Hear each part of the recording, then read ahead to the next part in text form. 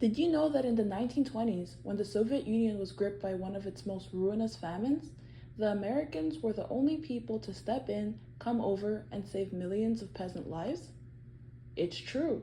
The historian Douglas Smith has a whole, very readable book on it. Nowadays, neither side remembers things well. The Americans emphasize the rest of the 20th century, the Cold War, and generally don't lose a lot of love on Herbert Hoover, who before his presidency organized and led these relief efforts. Russians rewrite their history books fairly often. But the American Relief Administration really did brave cities hit by extreme deprivation, cities racked by cannibalism, and did prevent the death of the upwards of 10 million women, men, and children that they fed. In Russia, almost exclusively in Russia. It's very interesting to read this book from a Ukrainian perspective because you realize that less than 2 decades later, when it was happening in Ukraine, the New York Times said it wasn't happening. Those are the conclusions of American journalists living in Moscow in very good relations with Stalin, reportedly, who will win a Pulitzer Prize for his reporting. According to him, Russians aren't living the most prosperous lives in the 1930s, but there's no famine.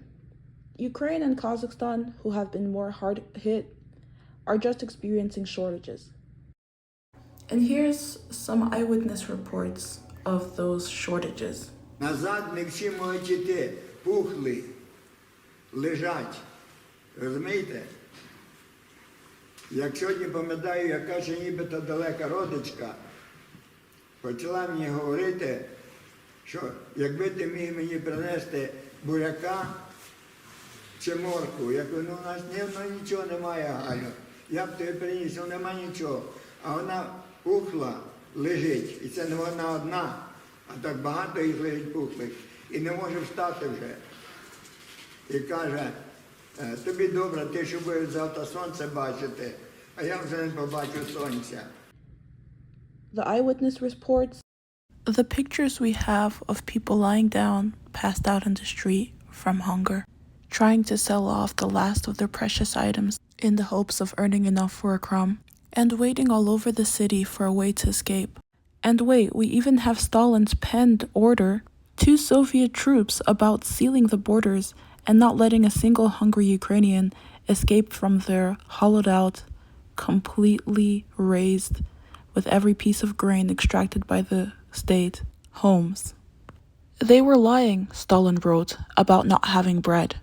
They were lying so much that when in 1937 the Soviet count of the population came out, and from before Stalin had enforced his agricultural policies on Ukraine, to afterwards there had been such a big drop in the population, it was noticed and the census makers were shot.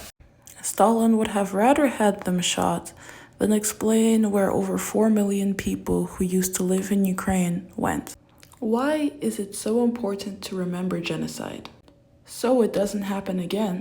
So I'll strongly recommend the book Mass Starvation by Alex de Waal as a really engrossing history of artificial famine.